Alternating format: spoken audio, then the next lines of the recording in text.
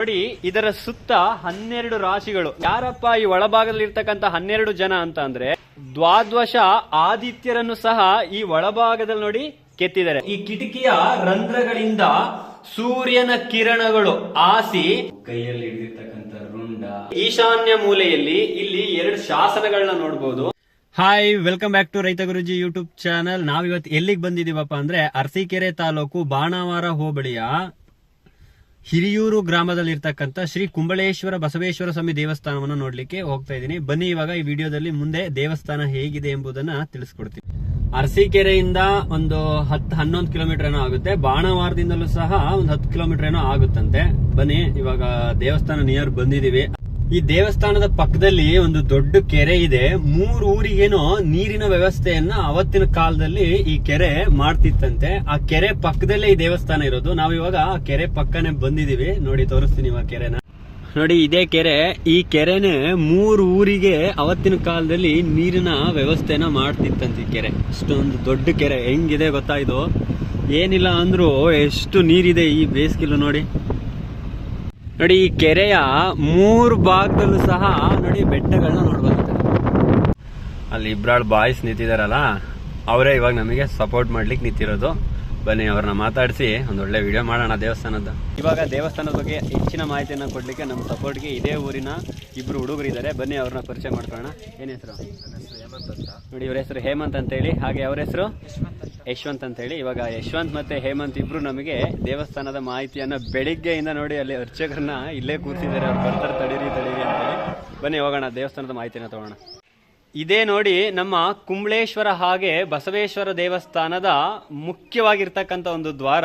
ಈ ರೀತಿ ಕಲ್ಲಿನಿಂದ ಈ ದ್ವಾರವನ್ನು ನೋಡಬಹುದು. ಈ ದ್ವಾರವನ್ನ ಪ್ರವೇಶವನ್ನು ಮಾಡ್ತಾ ಒಳಗಡೆ ಕಾಣ್ತಿರ್ತಕ್ಕಂಥ ದೇವಸ್ಥಾನಕ್ಕೆ ಹೋಗಬಹುದು. ನೋಡಿ ಯಾವ ರೀತಿ ಇದರ ಮುಖ್ಯ ದ್ವಾರವನ್ನ ಕಲ್ಲಿನಿಂದ ಈ ರೀತಿ ಕೆತ್ತಿದ್ದಾರೆ. ಮೊದಲಿಗೆ ಇದನ್ನ ಪ್ರವೇಶವನ್ನ ಮಾಡ್ತಾ ಈ ರೀತಿ ಒಳಭಾಗಕ್ಕೆ ಹೋಗಬಹುದು. ಹೊರಭಾಗದಿಂದ ಈ ರೀತಿ ಕಾಣುತ್ತೆ ನಮ್ಮ ಈ ಸುಂದರವಾದ ದೇವಸ್ಥಾನ. ದೇವಸ್ಥಾನ ಮಾತ್ರ ತುಂಬಾ ವಿಶಾಲವಾಗಿದೆ. ಹಾಗೆ ನೋಡಿ, ಈ ದೇವಸ್ಥಾನದ ವಿಶೇಷ ಏನಂದ್ರೆ ಸುತ್ತ ಕೆಲವೊಂದು ದೇವಸ್ಥಾನಗಳಲ್ಲಿ ನೋಡ್ತೀವಲ್ವಾ, 3 ಭಾಗದಲ್ಲಿ ನೀರಿರುತ್ತೆ. ಈ ರೀತಿ ದೇವಸ್ಥಾನಗಳನ್ನ ನೋಡಿರ್ತೀವಿ. ಆದರೆ ಈ ದೇವಸ್ಥಾನಕ್ಕೆ 2 ಕಡೆ ಏನಿದೆ, ಊರಿದೆ. ಇನ್ನು 2 ಕಡೆ, ಈ ಕಡೆ ಮತ್ತೆ ಈ ಕಡೆ ನೀರನ್ನ ನೋಡಬಹುದು. ಇದೇ ನೋಡಿ, ಹಿಂದಿನ ಕಾಲದಲ್ಲಿ ಈ ದೇವಸ್ಥಾನಕ್ಕೆ ಬರ್ಲಿಕ್ಕೆ ದಕ್ಷಿಣಕ್ಕೆ ಮುಖ ಮಾಡಿ ಒಂದು ದ್ವಾರವನ್ನ ಮೊದಲನೇದಾಗಿ ಈ ತರ ಮಾಡಿದ್ದಾರೆ. ಇದರಿಂದ ಬಂದ ತಕ್ಷಣ ಇದರ ಬಲಭಾಗದಲ್ಲಿ ಈ ತರ ಒಂದು ನಂದಿ ಕಂಬವನ್ನು ಸಹ ಇಲ್ಲಿ ನೋಡಬಹುದು. ಹಾಗೆ ಈ ಕಡೆ ಬಂದ್ರೆ ಲೇಕ್ ಇದೆ, ಅಂದ್ರೆ ದೊಡ್ಡದೊಂದು ಕೆರೆ ಇದೆ. ಕೆರೆಯ ಪಕ್ಕದಲ್ಲೊಂದು ಅರಳಿ ಮರವನ್ನು ಸಹ ನೋಡಬಹುದು. ಹಾಗೆ ಈ ಕಡೆ ಒಳಗಡೆ ಹೋಗ್ಲಿಕ್ಕೆ ನೋಡಿ ಇಲ್ಲಿ ಇರ್ತಕ್ಕಂಥದ್ದು. ಬನ್ನಿ ಇವಾಗ ಒಳಗಡೆ ಹೋಗೋಣ. ಅಲ್ಲಿ ಅರ್ಚಕರು ಸಹ ಇದ್ದಾರೆ, ಹೆಚ್ಚಿನ ಮಾಹಿತಿಯನ್ನ ಕೇಳೋಣ. ಬನ್ನಿ ಇವಾಗ ಒಳಗಡೆ ಹೋಗೋಣ. ಮೊದಲನೇದಾಗಿ ಇಲ್ಲೊಂದು ಸೋಪಾನ ನೋಡ್ಬೋದು. ಅದು ಆದ್ಮೇಲೆ ಒಳಗಡೆ ಹೋಗ್ಲಿಕ್ಕೆ ಒಂದು ದೊಡ್ಡ ಬಾಗ್ಲಿದೆ. ಶಿವ ಭಗವಂತ ಇವರೇ ನೋಡಿ ಇಲ್ಲಿನ ಅರ್ಚಕರು. ನೋಡಿ, ಈ ತರ ಒಳಗಡೆ ಬಂದ ತಕ್ಷಣ ಮೊದಲನೇದಾಗಿ ಎಡಭಾಗದಲ್ಲಿ ಈ ರೀತಿ ಮೊದಲನೇದಾಗಿ ವಿಘ್ನೇಶ್ವರರು ಪೂರ್ವಕ್ಕೆ ಮುಖ ಮಾಡಿರೋದನ್ನ ನೋಡಬಹುದು. ಹಾಗೆ ವಿಘ್ನೇಶ್ವರರ ಬಲಭಾಗದಲ್ಲಿ ನೋಡಿ ಈ ರೀತಿ ಸಪ್ತ ಮಾತೃಕೆಯನ್ನ ನೋಡಬಹುದು. ಅದರ ಎಡ ಮತ್ತೆ ಬಲ ಪಂಥದಲ್ಲೂ ಸಹ ನಾಗರ ಕಲ್ಲುಗಳನ್ನ ಪ್ರತಿಷ್ಠಾಪನೆಯನ್ನ ಮಾಡಿದ್ದಾರೆ.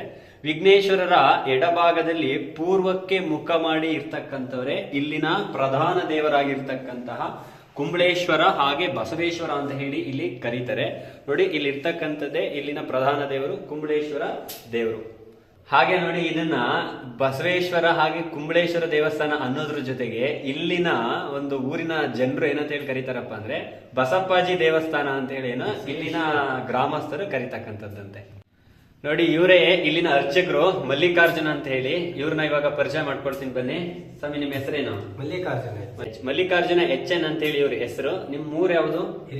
ಹಿರಿಯೂರು. ನೋಡಿ, ಇಲ್ಲೇ ಇವರು ಪೂರ್ವಜರ ಕಾಲದಿಂದಲೂ ಇವರೇ ಈ ದೇವಸ್ಥಾನವನ್ನ ಪೂಜೆಯನ್ನ ಮಾಡ್ಕೊಂಡು ಬರ್ತಿರ್ತಕ್ಕಂಥದ್ದು. ಇಲ್ಲಿನ ಸದ್ಯಕ್ಕೆ ಇವಾಗ ಇಲ್ಲಿನ ಅರ್ಚಕರು ಇವರೇ. ಬನ್ನಿ ನೋಡಿ, ಅಲ್ಲಿ ಕಾಣ್ತಿದೆಯಲ್ಲ ಒಳಭಾಗದಲ್ಲಿ, ಅದೇ ಇಲ್ಲಿನ ಹೇಳಿದಾಗೆ ಪ್ರಧಾನ ದೇವರು ಕುಂಬಳೇಶ್ವರ ಸ್ವಾಮಿ ಅವರು ಇರ್ತಕ್ಕಂಥದ್ದು. ಹಾಗೆ ಅವರ ಎಡ ಮತ್ತು ಬಲಭಾಗದಲ್ಲಿ ಮೆರೆಯುವ ದೇವರುಗಳನ್ನ ಇಟ್ಟಿದ್ದಾರೆ. ಹಬ್ಬ ಹರಿದಿನಗಳು ಅಂತ ಇದ್ದಾಗ ಅಥವಾ ಯಾರ್ದಾದ್ರು ಭಕ್ತರ ಮನೆಗೆ ಹೋಗ್ಬೇಕು ಅಂದಾಗ ಅವರನ್ನ ತಗೊಂಡು ಹೋಗಿ ಮತ್ತೆ ತಗೊಂಡು ಬಂದು ಇಡ್ತಾರಂತೆ ಇಲ್ಲಿಗೆ. ಬನ್ನಿ ಇವಾಗ ನಮ್ಮ ಯಶವಂತ್ ಅವರು ಇದೇ ಗ್ರಾಮದ ಹುಡುಗ ಏನ್ ಹೇಳ್ತಾರೆ ಅಂತ ಹೇಳಿ ದೇವಸ್ಥಾನದ ಬಗ್ಗೆ ಕೇಳೋಣ. ಇದು ಹೊಯ್ಸಳರ ಕಾಲದ 2ನೇ ವೀರಬಲ್ಲಾಳ ಅನ್ನೋಂತ ರಾಜ ಕಟ್ಟಿಸಿರುವಂತ ದೇವಸ್ಥಾನ. ಹೊಯ್ಸಳರ ಕಾಲದಲ್ಲಿ ಕೇರಳದಿಂದ ಬಂದಂತ ವ್ಯಾಪಾರಸ್ಥರು ಕುಂಜಶೆಟ್ಟಿ ಅನ್ನೋಂತ ಮನೆ ತಂದವರು. ಅವರು ಹೊಯ್ಸಳರ ಅರಮನೆಯಲ್ಲಿ ದಂಡನಾಯಕರಾಗಿರ್ತಾರೆ.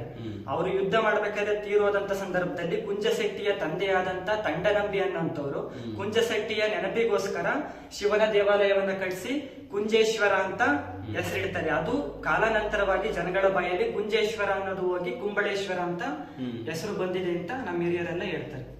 ನೋಡಿ, ನಮ್ಮ ಯಶವಂತ್ ಅವರು ಏಜ್ ಚಿಕ್ಕದಾದ್ರೂ ದೊಡ್ಡ ಮಟ್ಟದ ಒಂದು ಇಲ್ಲಿಯ ಮಾಹಿತಿಯನ್ನ ತಿಳ್ಕೊಂಡು ನಮಗೆ ಹೆಲ್ಪ್ ಮಾಡಿದ್ದಾರೆ, ಹೇಳ್ತಿದ್ದಾರೆ ಇದ್ರ ಬಗ್ಗೆ ಮಾಹಿತಿಯನ್ನ. ಹಾಗೆ ಬನ್ನಿ ಇನ್ನ ನೋಡಿ, ಇದು ಗರ್ಭಗುಡಿ ಶಿವನ ದೇವಸ್ಥಾನ. ಎಲ್ಲೇ ಶಿವನ ದೇವಸ್ಥಾನ, ಈಶ್ವರನ ದೇವಸ್ಥಾನ ಇದೆ ಅಂತಂದ್ರೆ ಅದ್ರ ಮುಂಭಾಗದಲ್ಲಿ ಯಾರಿರ್ತಾರೆ? ನಮ್ಮ ನಂದಿ ಇರ್ತಾರಲ್ವಾ. ಹಾಗೆ ಇಲ್ಲಿ ನಮ್ಮ ಕುಂಬಳೇಶ್ವರ ಸ್ವಾಮಿ ಮೂರ್ತಿ ಚಿಕ್ಕದಾದರೂ ಇದರ ಕೀರ್ತಿ ತುಂಬಾ ದೊಡ್ಡದು. ಹಾಗೆ ಇದರ ಮುಂಭಾಗದಲ್ಲಿ ನಮ್ಮ ಬಸವ ಇದ್ದಾರೆ. ನಮ್ಮ ಬಸವ ಯಾವ ರೀತಿ ಇದ್ದಾರೆ ಅಂದ್ರೆ ನೋಡಿ, ಎಷ್ಟು ದೊಡ್ಡದಾಗಿರ್ತಕ್ಕಂಥ ನಮ್ಮ ಬಸವ ಈ ರೀತಿ ಶಿವನ ಮುಂಭಾಗದಲ್ಲಿ ಈ ತರ ಕೂತಿದ್ದಾರೆ. ನೋಡಿ, ಇದು ಬಂದು ನವರಂಗ. ಅದರ ಮುಂಭಾಗದಲ್ಲಿ ಪಶ್ಚಿಮಕ್ಕೆ ಮುಖ ಮಾಡಿ ನಮ್ಮ ನಂದಿ ಈ ರೀತಿ ಕೂತಿದ್ದಾರೆ. ನಂದಿಯ ಮುಂಭಾಗದಲ್ಲಿ ನೋಡಿ ಈ ರೀತಿ ನಮ್ಮ ಕುಂಬಳೇಶ್ವರ ಸ್ವಾಮಿ ಈ ರೀತಿ ಕೂತಿರ್ತಕ್ಕಂಥದ್ದು. ನೋಡಿ, ಈ ದೇವಸ್ಥಾನವನ್ನ 2011ನೇ ಇಸ್ವಿಯಲ್ಲಿ ಜೀರ್ಣೋದ್ಧಾರಕ್ಕೆ ಸಹಾಯ ಮಾಡಿದವರು ಯಾರಪ್ಪ ಅಂದ್ರೆ ನಮ್ಮ ಧರ್ಮಸ್ಥಳದ ವೀರೇಂದ್ರ ಹೆಗಡೆಯವರು ಈ ದೇವಸ್ಥಾನದ ಜೀರ್ಣೋದ್ಧಾರವನ್ನು ಸಹ ಮಾಡಿರ್ತಕ್ಕಂಥದ್ದು. ನೋಡಿ, ಈಶಾನ್ಯ ಮೂಲೆಯಲ್ಲಿ ಇಲ್ಲಿ 2 ಶಾಸನಗಳನ್ನ ನೋಡ್ಬೋದು. ನೋಡಿ, ಮೊದಲನೇದಾಗಿ ಇಲ್ಲೊಂದಿದೆ, ದಕ್ಷಿಣಕ್ಕೆ ಮುಖ ಮಾಡಿ ಈ ರೀತಿ ಕೆತ್ತಲ್ಪಟ್ಟಿದೆ. ಇನ್ನೊಂದು ಇದರ ಪಕ್ಕದಲ್ಲೇ ಇರ್ತಕ್ಕಂಥದ್ದು ಪಶ್ಚಿಮಕ್ಕೆ ಮುಖ ಮಾಡಿ ಇರ್ತಕ್ಕಂಥದ್ದು. ಇಲ್ಲೊಂದು ಹಾಗೆ ಇಲ್ಲೊಂದು 2 ಶಾಸನಗಳನ್ನ ನೋಡಬಹುದು. ಈ ಶಾಸನಗಳನ್ನ ಮಾಹಿತಿಯನ್ನ ಕನ್ನಡದಲ್ಲೂ ಸಹ ಅನುವಾದವನ್ನ ಮಾಡಿದ್ದಾರೆ. ನೋಡಿ, ಈ ದೇವಸ್ಥಾನ ಪೂರ್ತಿ ಕಲ್ಲಿನಿಂದ ಮಾಡಲ್ಪಟ್ಟಿದೆ. ಆದ್ರೆ ಇಲ್ಲಿ ಯಾವುದೇ ರೀತಿಯ ಒಂದೇ ಒಂದು ಕಿಟಕಿ ಸಹ ಇಲ್ಲ. ಆದ್ರೆ ಒಂದಿದೆ. ಎಲ್ಲಿದೆಯಪ್ಪ ಅಂದ್ರೆ ನೋಡಿ, ಇಲ್ಲಿ ಕಾಣ್ತಿದೆಯಲ್ಲ, ಈ ಒಂದು ಕಿಟಕಿ ದೇವಸ್ಥಾನದ ಪೂರ್ವಕ್ಕಿರ್ತಕ್ಕಂಥದ್ದು. ಈ ಕಿಟಕಿಯ ರಂಧ್ರಗಳಿಂದ ಸೂರ್ಯನ ಕಿರಣಗಳು ಆಸಿ ನೋಡಿ, ಈ ಬಸವನ ಕೊಂಬಿನಿಂದ ಆಸಿ ಅಲ್ಲಿ ಕಾಣ್ತಿರ್ತಕ್ಕಂತ ಶಿವನ ಮೇಲೆ, ಆ ಲಿಂಗುವಿನ ಮೇಲೆ ಇಲ್ಲಿನ ಕಿರಣಗಳು ಬೀಳ್ತಕ್ಕಂಥದ್ದನ್ನ ನೋಡಬಹುದು. ನೋಡಿ, ಹಿಂದಿನ ಕಾಲದಲ್ಲಿ ಹೊಯ್ಸಳರು ಎಷ್ಟು ಪ್ಲಾನ್ ಮಾಡಿ ಈ ದೇವಸ್ಥಾನವನ್ನು ನಿರ್ಮಾಣವನ್ನ ಮಾಡಿದ್ದಾರೆ. ಪೂರ್ತಿ ಕಲ್ಲಲ್ಲಿದೆ. ಅದರಲ್ಲಿ ಒಂದು ಭಾಗದಲ್ಲಿ ಒಂದು ಕಿಟಕಿ, ಆ ಕಿಟಕಿಲಿ ಇವಾಗ್ಲೂ ಸಹ ನೋಡ್ತಿರ್ಬೋದು ಬೆಳಕು ಯಾವ ರೀತಿ ಕಾಣ್ತಾ ಇದೆ. ಇಲ್ಲಿ ಬಿದ್ದು ಈ ನಮ್ಮ ನಂದಿಯ ಕೊಂಬಿನ ಮಧ್ಯಭಾಗದಿಂದ ಆಸಿ ಅಲ್ಲಿ ಕಾಣ್ತಕ್ಕಂತ ಕುಂಬಳೇಶ್ವರರ ಮೇಲೆ ಬೀಳೋದನ್ನ ನೋಡಬಹುದು. ಹಾಗೆ ಇಲ್ಲೊಂದು ದಕ್ಷಿಣಕ್ಕೆ ಮುಖ ಮಾಡಿರ್ತಕ್ಕಂಥ ನಮ್ಮ ಷಣ್ಮುಖರನ್ನು ನೋಡಬಹುದು. ನೋಡಿ, ದಕ್ಷಿಣಕ್ಕೆ ಮುಖ ಮಾಡಿರ್ತಕ್ಕಂಥವ್ರು ನವಿಲಿದೆ. ಅದರ ಮೇಲೆ ನೋಡಿ 3 ಮುಖದ ನಮ್ಮ ಷಣ್ಮುಖ ಇವರು. ನೋಡಿ, ನವಿಲು 3 ಮುಖದ ನಮ್ಮ ಷಣ್ಮುಖನನ್ನ ಇಲ್ಲಿ ನೋಡಬಹುದು. ಹಾಗೆ ಇದರ ಎಡ ಮತ್ತು ಬಲದಲ್ಲಿ ಈ ರೀತಿ ನಾಗರ ಕಲ್ಲುಗಳನ್ನ ಪ್ರತಿಷ್ಠಾಪನೆಯನ್ನ ಮಾಡಿದ್ದಾರೆ.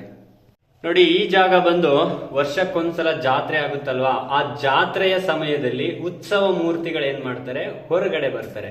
ಸ್ಥಿರ ಮತ್ತೆ ಚರ ಅಂತ ಹೇಳಿ 2 ಇರುತ್ತಲ್ವಾ ವಿಗ್ರಹಗಳು. ಅದರಲ್ಲಿ ಸ್ಥಿರವಾಗಿ ಇರ್ತಕ್ಕಂಥವ್ರು ಅಂದ್ರೆ ಇದೇ ಜಾಗದಲ್ಲಿ ಕೂರ್ತಕ್ಕಂಥವ್ರು ಕುಂಬಳೇಶ್ವರರು. ಹಾಗೆ ಚರ ಅಂದ್ರೆ ಎಲ್ಲಾ ಕಡೆ ಸುತ್ತತಕ್ಕಂಥವ್ರು ಚರ. ಅವರ ಉತ್ಸವ ಮೂರ್ತಿಗಳು ಉತ್ಸವವನ್ನ ಮಾಡಿ ಆದ್ಮೇಲೆ ತಗೊಂಡು ಬಂದು ನೋಡಿ ಈ ಒಂದು ಜಾಗದಲ್ಲಿ ಕೂರಿಸ್ತಕ್ಕಂಥದ್ದನ್ನ ಇಲ್ಲಿ ನೋಡಬಹುದು.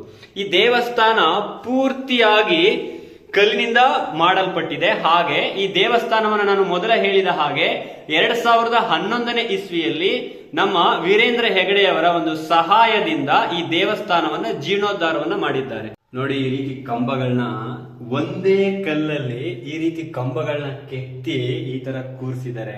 ಎಷ್ಟು ಅವತ್ತಿನ ಕಾಲದಲ್ಲಿ ಇದನ್ನ ಉಪಯೋಗಿಸಿರ್ಬೇಡ. ಇದುವರೆಗೆ ದೇವಸ್ಥಾನದ ಒಳಭಾಗದಲ್ಲಿ ಇರ್ತಕ್ಕಂಥ ದೇವರುಗಳು ಹಾಗೆ ಹೆಚ್ಚಿನ ಮಾಹಿತಿಯನ್ನ ಇಲ್ಲಿನ ಅರ್ಚಕರಿಂದ ಹಾಗೆ ನಮ್ಮ ಬಾಯಸಿಂದ ತಿಳ್ಕೊಂಡು ಇದಾದ್ಮೇಲೆ ಇವಾಗ ದೇವಸ್ಥಾನ ಹೊರಾಂಗಣದಲ್ಲಿ ಹೇಗಿದೆ ಎಂಬುದನ್ನ ಪ್ರದಕ್ಷಿಣಾಕಾರದಲ್ಲಿ ಸುತ್ತಾಡ್ತಾ ದೇವಸ್ಥಾನದ ಮಾಹಿತಿಯನ್ನ ತಿಳಿತಾ ಈ ದೇವಸ್ಥಾನದ ಪ್ರಕೃತಿಯನ್ನ ಸವಿಯೋಣ ಬನ್ನಿ. ಈ ದೇವಸ್ಥಾನದ ಪಕ್ಕದಲ್ಲಿ ಕಾಲಭೈರವೇಶ್ವರ ದೇವಸ್ಥಾನವಿದೆ, ಬನ್ನಿ ಆ ದೇವಸ್ಥಾನವನ್ನು ಸಹ ನೋಡೋಣ. ನೋಡಿ, ದೇವಸ್ಥಾನದ ಈಶಾನ್ಯ ಭಾಗದಲ್ಲಿ ದಕ್ಷಿಣಕ್ಕೆ ಮುಖ ಮಾಡಿರ್ತಕ್ಕಂಥ ಒಂದು ಕಾಲಭೈರವೇಶ್ವರರ ದೇವಸ್ಥಾನವನ್ನ ಇಲ್ಲಿ ನೋಡಬಹುದು. ಬನ್ನಿ ಒಳಗಡೆ ಹೋಗೋಣ, ಹೇಗಿದೆ ಅಂತ ಹೇಳಿ ನೋಡೋಣ. ಇದೇ ನೋಡಿ ದಕ್ಷಿಣಕ್ಕೆ ಮುಖ ಮಾಡಿರ್ತಕ್ಕಂತಹ ಕಾಲಭೈರವೇಶ್ವರರ ಒಂದು ಮೂರ್ತಿ. ಎಷ್ಟು ದೊಡ್ಡದಾಗಿದೆ ನೋಡಿ. ಇವತ್ತಿನ ಕಾಲದಲ್ಲಿ ಚಿಕ್ಕ ಮೂರ್ತಿಯನ್ನ ನಾವು ಕೆತ್ತಿಸಿ ಪ್ರತಿಷ್ಠಾಪನೆಯನ್ನ ಮಾಡ್ಲಿಕ್ಕೆ ಆಗ್ತಾ ಇಲ್ಲ. ಅಂದಿನ ಕಾಲದಲ್ಲಿ ಇಷ್ಟೊಂದು ದೊಡ್ಡದಾದ ಮೂರ್ತಿಯನ್ನ ಕೆತ್ತಿದ್ದಾರೆ ನೋಡಿ. ಪೀಠದಲ್ಲಿ ಈ ರೀತಿ ಒಂದು ಚೇಳನ್ನ ಕೆತ್ತಿದ್ದಾರೆ. ಈ ಮೂರ್ತಿ ಎಷ್ಟು ಸುಂದರವಾಗಿ ಕೆತ್ತಿದ್ದಾರೆ ಅಂದ್ರೆ ಈ ಮೂರ್ತಿಯನ್ನ ನೋಡಿದ ತಕ್ಷಣ ಭಗವಂತ ಅಂತ ಹೇಳಿ ಒಂದು ನಮಸ್ಕಾರವನ್ನ ಮಾಡಲೇಬೇಕು ಅಂತ ಮನಸ್ಸಲ್ಲಿ ಎಂತವರೆಗೂ ಬಂದೇ ಬರುತ್ತೆ ನೋಡಿ. ಮೂರ್ತಿ ಹೇಗಿದೆ, ಎಡ ಮತ್ತೆ ಬಲಭಾಗದಲ್ಲಿ ಇರ್ತಕ್ಕಂಥದ್ದು, ಕೈಯಲ್ಲಿ ಹಿಡಿದಿರ್ತಕ್ಕಂಥ ರುಂಡ, ಹಾಗೆ ಅವರ ಮುದ್ರೆ, ಹಾಗೆ ಅವರ ಆಯುಧಗಳು ಎಷ್ಟು ಸುಂದರವಾಗಿ ಅವತ್ತಿನ ಕಾಲದಲ್ಲಿ ಒಂದೇ ಒಂದು ಕಲ್ಲನ್ನ ಬಳಸಿ ಈ ರೀತಿಯಾಗಿ ಒಂದು ಮೂರ್ತಿಯನ್ನ ಮಾಡಿದಾರಲ್ಲ, ಅವರಿಗೆ ನಾವು ಇವತ್ತಿನ ಕಾಲದವರು ಎಷ್ಟು ಧನ್ಯವಾದಗಳನ್ನ ಅರ್ಪಿಸಿದ್ರು ಸಲ್ಲಲ್ಲ.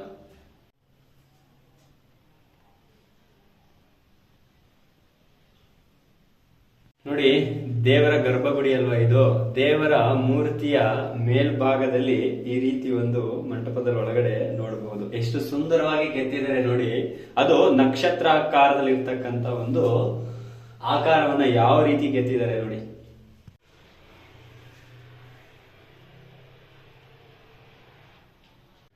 ಕಾಲಭೈರವೇಶ್ವರರ ಬಲಭಾಗದಲ್ಲಿ ನಾವು ಈ ದೇವಸ್ಥಾನದಲ್ಲಿ ಒಂದು ನಾಗರಕಲ್ಲನ್ನು ಸಹ ಪ್ರತಿಷ್ಠಾಪನೆಯನ್ನು ಮಾಡಿದ್ದಾರೆ, ಅದನ್ನು ಸಹ ನೋಡಬಹುದು ನೋಡಿ. ಈ ನಮ್ಮ ಕಾಲಭೈರವೇಶ್ವರನ ನೋಡ್ಲಿಕ್ಕೆ ಮಹಾರಾಷ್ಟ್ರದ ಕನ್ನೇರಿ ಮಠದ ಸ್ವಾಮಿಗಳು ಸಹ ಇಲ್ಲಿಗೆ ಬಂದು ಈ ದೇವರ ದರ್ಶನವನ್ನು ಮಾಡಿ ಹೋಗಿದಾರಂತೆ. ಅವರ ಕನಸಿನಲ್ಲಿ ಏನೋ ದೇವರು ಬಂದು ಅಪ್ಪಣೆ ಆಯ್ತಂತೆ.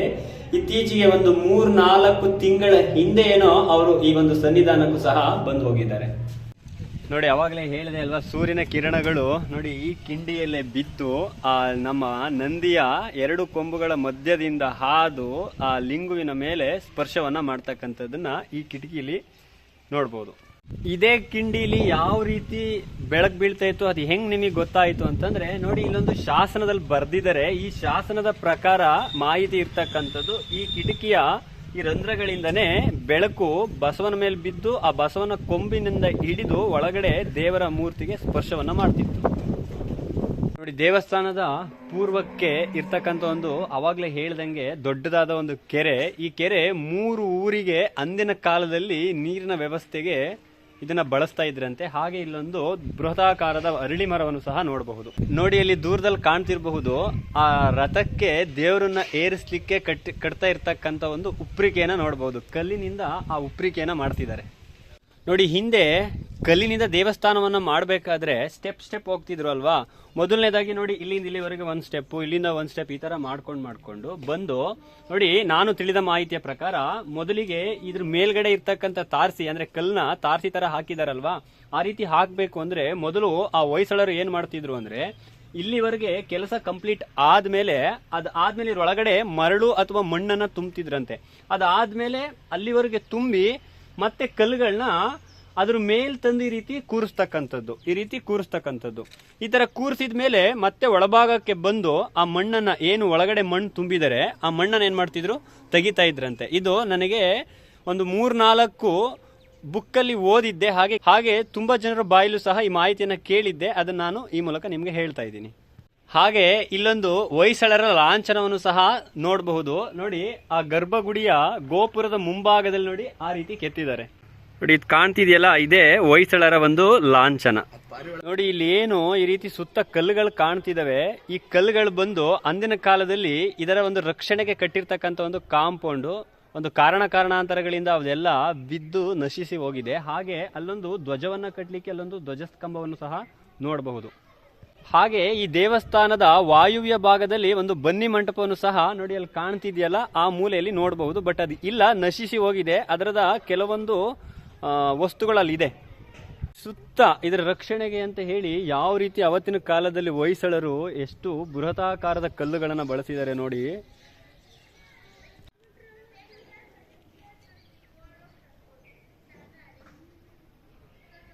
ನೋಡಿ, ಈ ದೇವಸ್ಥಾನದ ಸುತ್ತ ತುಂಬಾ ಜಾಗ ಇದೆಯಲ್ವಾ. ಈ ದೇವಸ್ಥಾನದವರು ಏನ್ ಮಾಡಿದಾರಪ್ಪ ಅಂತಂದ್ರೆ ಅದ್ರ ಪಕ್ಕದಲ್ಲೂ ಸಹ ಒಂದು ಆಂಜನೇಯ ಸ್ವಾಮಿ ದೇವಸ್ಥಾನವನ್ನ ಮಾಡಿದ್ದಾರೆ. ಹಾಗೆ ಮಕ್ಕಳಿಗೆ ಓದ್ಲಿಕ್ಕೆ ಉಪಯೋಗ ಆಗ್ಲಿ ಅಂತ ಹೇಳಿ ನೋಡಿ, ಈ ರೀತಿ ದೇವಸ್ಥಾನದ ಬಲಭಾಗದಲ್ಲಿ ಒಂದು ಸುಂದರವಾದ ಸ್ಕೂಲ್ ಮನೆಯನ್ನು ಸಹ ಮಾಡಿದ್ದಾರೆ.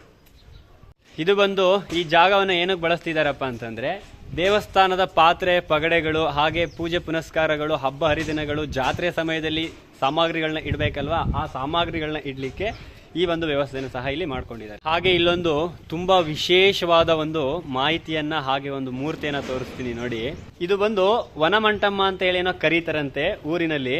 ನೋಡಿ, ಇದರ ಸುತ್ತ 12 ರಾಶಿಗಳು ನೋಡಿ, ಇದರ ಸುತ್ತ ನೋಡ್ಬೋದು ಈ ರೀತಿ 12 ರಾಶಿಗಳನ್ನ ಈ ರೀತಿ ಕೆತ್ತಿದ್ದಾರೆ. 12 ರಾಶಿಗಳು ಸುತ್ತ ಆದ್ಮೇಲೆ ಒಳಭಾಗದಲ್ಲೂ ಸಹ ಬಿಟ್ಟಿಲ್ಲ, ಒಳಭಾಗದಲ್ಲೂ ಕೆತ್ತಿದ್ದಾರೆ. ಯಾರಪ್ಪ ಈ ಒಳಭಾಗದಲ್ಲಿ ಇರ್ತಕ್ಕಂಥ 12 ಜನ ಅಂತ ಅಂದ್ರೆ ದ್ವಾದ್ವಶ ಆದಿತ್ಯರನ್ನು ಸಹ ಈ ಒಳಭಾಗದಲ್ಲಿ ನೋಡಿ ಕೆತ್ತಿದ್ದಾರೆ. ಮಧ್ಯಭಾಗದಲ್ಲಿ ಇರ್ತಕ್ಕಂಥದ್ದು ನಮ್ಮ ಶಿವನ ಒಂದು ಮೂರ್ತಿಯನ್ನು ಸಹ ನೋಡಬಹುದು. ಇಲ್ಲಿ ಯಾವುದೇ ರೀತಿಯ ಸೋಂಕು ಅಥವಾ ಯಾವುದೇ ರೀತಿ ಹುಷಾರಿಲ್ಲ ಅಂತ ಅಂದಾಗ ಇಲ್ಲಿಗೆ ಬಂದು ಇಲ್ಲಿ ನೀರು ಹಾಕಿ ಈ ಕೆಳಭಾಗದಲ್ಲಿ ಕೂತ್ರೆ ಆ ನೀರು ಅವ್ರ ಮೇಲೆ ಬಿದ್ರೆ ಅವರಿಗೆ ಹುಷಾರಾಗುತ್ತಂತೆ. ನೋಡಿ, ಇದು ಬಂದು ಈ ಭಾಗದಿಂದ ನೋಡಿದ್ರೆ ಲಿಂಗು ತರ ಕಾಣುತ್ತೆ. ಹಾಗೆ ಈ ಕಡೆಗೆ ಬಂದ್ರೆ ನೋಡಿ, ಇಲ್ಲಿ ಯಾವುದೋ ಒಂದು ಮೂರ್ತಿನ ಸಹ ಕೆತ್ತಿದ್ದಾರೆ, ಬಟ್ ಅಷ್ಟೊಂದು ಕಾಣ್ತಾ ಇಲ್ಲ ಯಾವುದು ಅಂತ ಹೇಳಿ. ಎಣ್ಣೆ ಅದು ಇದು ತಿಕ್ಕಿ ಈ ರೀತಿ ಹಾಳಾಗಿದೆ ಸ್ವಲ್ಪ, ಬಟ್ ಆದ್ರೂ ಇಲ್ಲೊಂದು ಮೂರ್ತಿ ಸಹ ನೋಡ್ಬೋದು. ಹಾಗೆ ಈ ಕಡೆ ಬಂದ್ರೂ ಸಹ ಈ ಭಾಗದಿಂದನೂ ಸಹ ನೋಡಿ ಲಿಂಗು ತರ ಕಾಣುತ್ತೆ. ಈ ರೀತಿ ಇದನ್ನ ಕೆತ್ತಲ್ಪಟ್ಟಿದೆ. ತುಂಬಾ ವಿಶೇಷವಾಗಿರ್ತಕ್ಕಂಥದ್ದು ಈ ಒಂದು ಕೆತ್ತನೆ. ಇಲ್ಲಿ ನೋಡಿ, ಇದನ್ನ ಬೀಸುವ ಕಲ್ಲಿದೆಯಲ್ವಾ, ಆ ರೀತಿ ಇದನ್ನ ಸುತ್ತಬಹುದು ನೋಡಿ. ಈ ತರ ಹಿಂಗ್ ಬರುತ್ತೆ, ಹಿಂಗ್ ಎಳೆದ್ರೆ ನೋಡಿ ಈ ತರ ಬರ್ತಕ್ಕಂಥದ್ದು, ಹೀಗೂ ಬರುತ್ತೆ. ಹಾಗೆ ಈ ಕಡೆಗೆ ಎಳೆದ್ರೆ ಇದು ಈ ಕಡೆಗೆ ಬರ್ತಕ್ಕಂಥದ್ದು ತುಂಬಾ ವಿಶೇಷವಾಗಿರ್ತಕ್ಕಂಥದ್ದು. ನಾನು ಎಲ್ಲೂ ನೋಡಿರ್ಲಿಲ್ಲ, ತುಂಬಾ ವಿಶೇಷವಾಗಿದೆ ಇದು. ಇದು ಹೊಯ್ಸಳರ ಕಾಲದಲ್ಲಿ ಕಟ್ಟಿರೋಂಥ 2 ಊರು. ಹೊಯ್ಸಳರ ಕಾಲದಲ್ಲಿದ್ದಂಥ 2 ಅಣ್ಣತಮ್ಮಂದ್ರು ಹಿರಿಯ ಮುತ್ತ ಮತ್ತು ಕಿರಿಯ ಮುತ್ತ ಅನ್ನೋಂಥವ್ರು 2 ಊರು ಕಟ್ತಾರೆ. ಹಿರಿಯ ಮುತ್ತನ ಹೊಸ ಊರು ಅನ್ನೋಂಥ ಊರು ಕಟ್ತಾರೆ. ಕಿರಿಯ ಮುತ್ತ ಅನ್ನೋರು ಕಿರಿಯ ಮುತ್ತನ ಹೊಸ ಊರು ಅಂತ ಊರು ಕಟ್ತಾರೆ. ಹಿರಿಯ ಮುತ್ತನ ಹೊಸ ಊರು ಕಾಲಾನಂತರವಾಗಿ ಹಿರಿಯೂರಾಗಿ ಬದಲಾಗಿದೆ. ಕಿರಿಯ ಮುತ್ತನ ಹೊಸ ಊರು ಕಾಲಾನಂತರವಾಗಿ ಚಿಕ್ಕೂರಾಗಿ ಬದಲಾಗಿದೆ. ಇಲ್ಲಿ ಹಿರಿಯ ಮುತ್ತನ ಹೊಸ ಊರಿನಲ್ಲಿ ಇರುವಂಥ ಕುಂಬಳೇಶ್ವರ ಬಸವೇಶ್ವರ ಸ್ವಾಮಿ ದೇವಸ್ಥಾನದಲ್ಲಿರುವಂಥ ದೀಪದ ಕಂಬದಲ್ಲಿ ಕಾರ್ತಿಕ್ ಮಾಸದಲ್ಲಿ ಪ್ರತಿದಿನ 1 ತಿಂಗಳು ದೀಪೋತ್ಸವ ಮಾಡ್ತಾರೆ. ಈ ಕಂಬದಲ್ಲಿ ದೀಪ ಹಚ್ಚಿದ್ದು ಕಿರಿಯ ಮುತ್ತನ ಹೊಸ ಊರಲ್ಲಿ ಅಂದರೆ ಚಿಕ್ಕೂರಲ್ಲಿ ದೀಪ ಕಾಣುತ್ತೆ. ಚಿಕ್ಕೂರಲ್ಲಿ ಇರೋರಿಗೆ ಸುಮಾರು ಜನಕ್ಕೆ ಹಿರಿಯೂರಿನ ಕುಂಬಳೇಶ್ವರ ಬಸವೇಶ್ವರ ಮನೆ ದೇವರು. ಅವರು ದೀಪ ಹಚ್ಚಿದ್ದನ್ನು ನೋಡಿ ಕಾರ್ತಿಕಕ್ಕೆ ಇಲ್ಲಿ ಮನೆ ದೇವರ ದೇವಸ್ಥಾನಕ್ಕೆ ಬರ್ತಾ ಇದ್ರು ಅನ್ನೋದು ನಂಬಿಕೆ. ನೋಡಿ, ಇಲ್ಲೊಂದು ಸುಂದರವಾಗಿರ್ತಕ್ಕಂಥ ಗೌರಮ್ಮನ ದೇವಸ್ಥಾನವನ್ನು ನೋಡಬಹುದು. ಇದರ ವಿಶೇಷ ಏನಪ್ಪ ಅಂತಂದ್ರೆ ಇದನ್ನ ಭೂತಾಳೆ ಮರದಿಂದ ಮೊದಲೇ ಮಾಡಿದ್ದಾರೆ. ಅದ್ರ ಮೇಲ್ಗಡೆ ಆಕಾರವನ್ನ ಯಾವ್ದ್ರಿಂದ ಕೊಡ್ತಾರಪ್ಪ ಅಂದ್ರೆ ಕಡ್ಲೆ ಹಿಟ್ಟಿಂದ ಏನೋ ಆಕಾರವನ್ನ ಕೊಡ್ತಾರೆ. ಅದಾದ್ಮೇಲೆ ಅದನ್ನ ಗೌರಿ ಹಬ್ಬದ ಸಮಯದಲ್ಲೇ ಮಾಡ್ತಕ್ಕಂಥದ್ದು. ಹಬ್ಬ ಆದ್ಮೇಲೆ ಗೌರಿ ಗಣೇಶನನ್ನು ಯಾವ ರೀತಿ ವಿಸರ್ಜನೆ ಮಾಡ್ತೀವಿ ಆ ಸಂದರ್ಭದಲ್ಲಿ ವಿಸರ್ಜನೆಯನ್ನ ಮಾಡಿ ಮತ್ತೆ ಆ ಮರವನ್ನ ತಗೊಂಡ್ ಬಂದು ಇಡ್ತಾರಂತೆ. ಈ ಗೌರಮ್ಮನನ್ನ ಯಾವ ರೀತಿ ಮಾಡಿರ್ತಾರೆ ಎಂಬುದನ್ನ ಸ್ಕ್ರೀನ್ ಮೇಲೆ ಹಾಕ್ತೀನಿ ನೋಡಿ. ಅದರ ಒಂದು ಫೋಟೋ ಇದೆ ನನ್ನ ಹತ್ರ.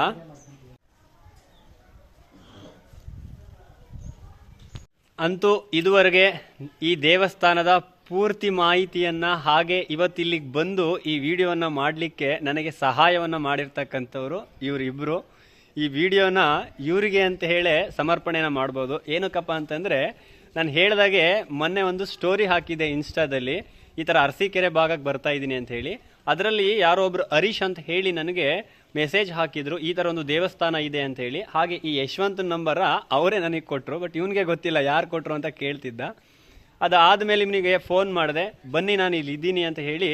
ಹೊಲದ ಹತ್ರ ಕೆಲಸವನ್ನು ಮಾಡ್ತಿದ್ದವ್ರು ಪಾಪ ಕೆಲಸವನ್ನು ಬದಿಗೊತ್ತಿ ಇಟ್ಟು ಇಲ್ಲಿಗೆ ಬಂದು ಒಂದು 2-2.5 ಗಂಟೆ ನನ್ನ ಜೊತೆ ಸಮಯವನ್ನು ಕಳೀತಾ ಈ ದೇವಸ್ಥಾನದ ಪೂರ್ತಿ ಮಾಹಿತಿಯನ್ನು ಸಾಧ್ಯವಾದಷ್ಟು ಮಟ್ಟಿಗೆ ನಮ್ಮ ಜೊತೆ ಹಂಚ್ಕೊಂಡಿದ್ದಾರೆ.